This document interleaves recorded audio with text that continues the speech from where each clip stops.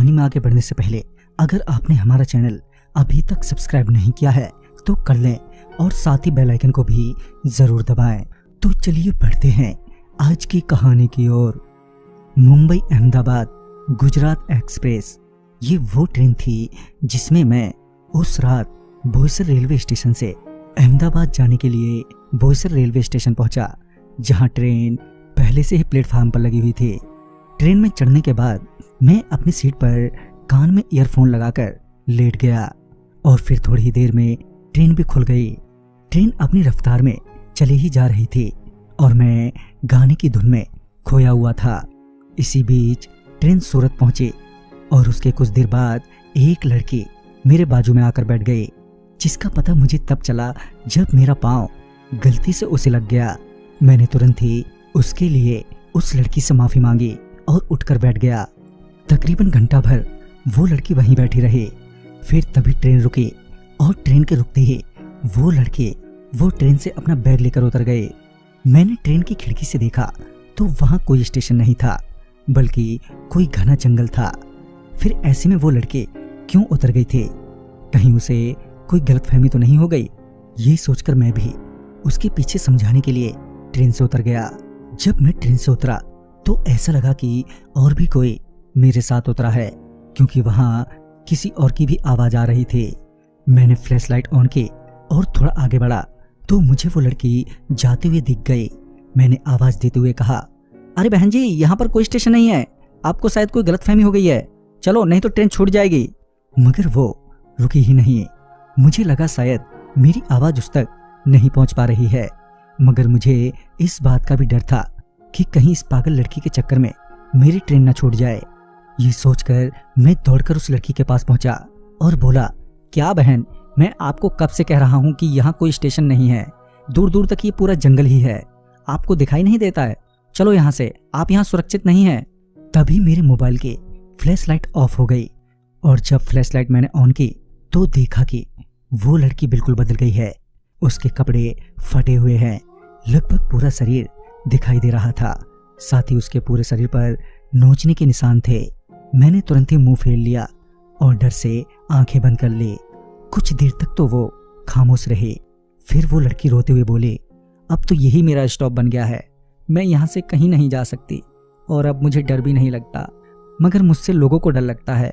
तभी मैंने उस लड़की से पूछा, क्यों, ऐसा क्या हुआ बहन आपके साथ? इस पर वो बोली, कुछ महीने पहले मैं अकेली ही इसी ट्रेन से सफर कर रही थी। मुझे कुछ अंदाजा नहीं था कि मेरा स्टेशन कब आएगा और सफर के दौरान अचानक ही मेरी आंख कब लग गई मुझे पता ही नहीं चला।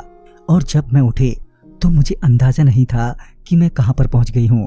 मैंने जब साथ में सफर कर रहे एक आदमी से पूछा तो उसने बताया कि वो स्टेशन तो अभी अभी निकल गया है। ये सुनते ही मैं थोड़ा घबरा गई। मुझे समझ नहीं आ रहा था कि मैं क्या करूं। तभी उस आदमी ने कहा, वो स्टेशन अभी ज्यादा दूर नहीं छूटा है, मैं आपको स्टेशन तक छोड़ आता हूं। मैंने बाहर देखा तो ट्रेन रुकी हुई थी और घबराहट में मैंने कुछ ज्यादा सोचा नहीं और उस आदमी के साथ ट्रेन से नीचे उतर गई स्टेशन जाने के लिए। पहले तो वो आदमी अकेला ही था, मगर हमारे कुछ दूर जाते ही उसके दो दोस्त और आ गए। फिर उन्होंने जो किया वो तुम देख सकते हो, वो तुम्हारे सामने है। ये सुनकर मेरा खून खौल गया। मैंने बोला, उन हरामियों को तो इसी ट्रेन के नीचे कुचलकर मार देना चाहिए, माँ कसम मुझे मिल जाए ना तो छोड़ूंगा नहीं सालों को। इस पर वो लड़की बोली, उनको तो कब का मार दिया मैंने, मगर ऐसे कमीनों की कमी नहीं है।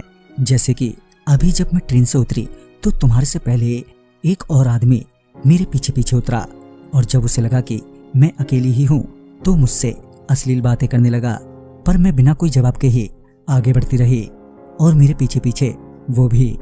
जब उसे लगा कि अब उसे कोई और नहीं देख रहा है तो उसने मेरा हाथ पकड़ लिया और जबरदस्ती करने लगा, मगर उसे पता नहीं था कि आज उसका आखिरी दिन है और उसका अब क्या हर्ष होने वाला है।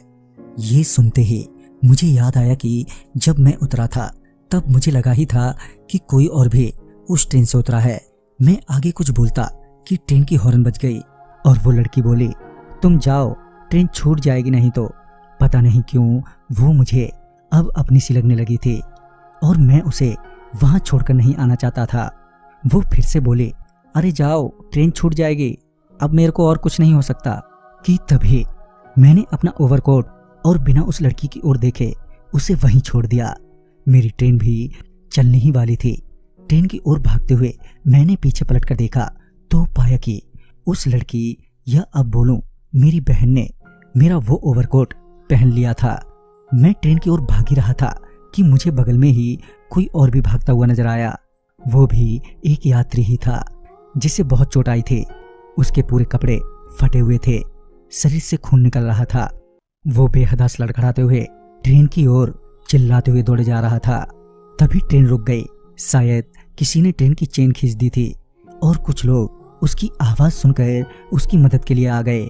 ट्रेन में पहुंचने के बाद जब बाकी यात्रियों ने उस आदमी से उसकी इस हालत का कारण पूछा तो वो कराता हुआ बोला, सूरत रेलवे स्टेशन पार करने के थोड़ी ही देर बाद एक लड़की बगल की सीट पर आकर बैठ गई। मुझे लगा कि कहीं कोई चोर तो नहीं है। ये सोचकर मैंने उस पर नजर बनाई रखी। तभी ट्रेन के रुकते ही वो ट्रेन से उतर गई, वो भी जंगल में ही। मुझे लगा कि पक्का कोई ना कोई पंगा जरूर है, लिहाजन मैं उसके पीछे निकल गया। कुछ आगे जाकर वो लड़की रुक गई। उसके रुकते ही मैंने उससे पूछा, कौन हो तुम? इतने में ही उसने अपना रूप बदल लिया। उसके नाखून अचानक ही बड़े बड़े और नुकीले हो गए और मेरी ये हालत कर दी। वो आदमी अपनी गलती मानने के बजाय अभी भी उस लड़की को ही दोष दे रहा था। इंसान ऐसा लीचड़ भी होता है। उस आदमी को किसी तरह की मेडिकल सहायता मिलती उससे पहले ही उसने दम तोड़ दिया। खैर, उस आदमी को अपने किए की सजा तो मिल गई, मगर मुझे बहुत दुख लग रहा था उस लड़की के लिए। तो दोस्तों, मैं आपका दोस्त राजकुमार आपसे यही कहूंगा कि सभी लोग अच्छे या बुरे नहीं होते, मगर किसी पर भी भरोसा दिखाना, वो भी बिना कुछ जाने, कहीं ना कहीं आपको किसी मुसीबत में डाल सकता है, जैसा कि उस लड़की के साथ हुआ। तो हर स्थिति में अपनी बुद्धि का साथ ना छोड़ें। अपने अहम फैसले लेते वक्त शांति से सोच विचार करें। तो वीडियो आपको पसंद आई हो तो लाइक शेयर करें और साथ ही हमें कमेंट बॉक्स में जरूर बताएं। जल्द ही मिलूंगा ऐसी ही एक नई कहानी के साथ। तब तक के लिए बाय एंड टेक केयर।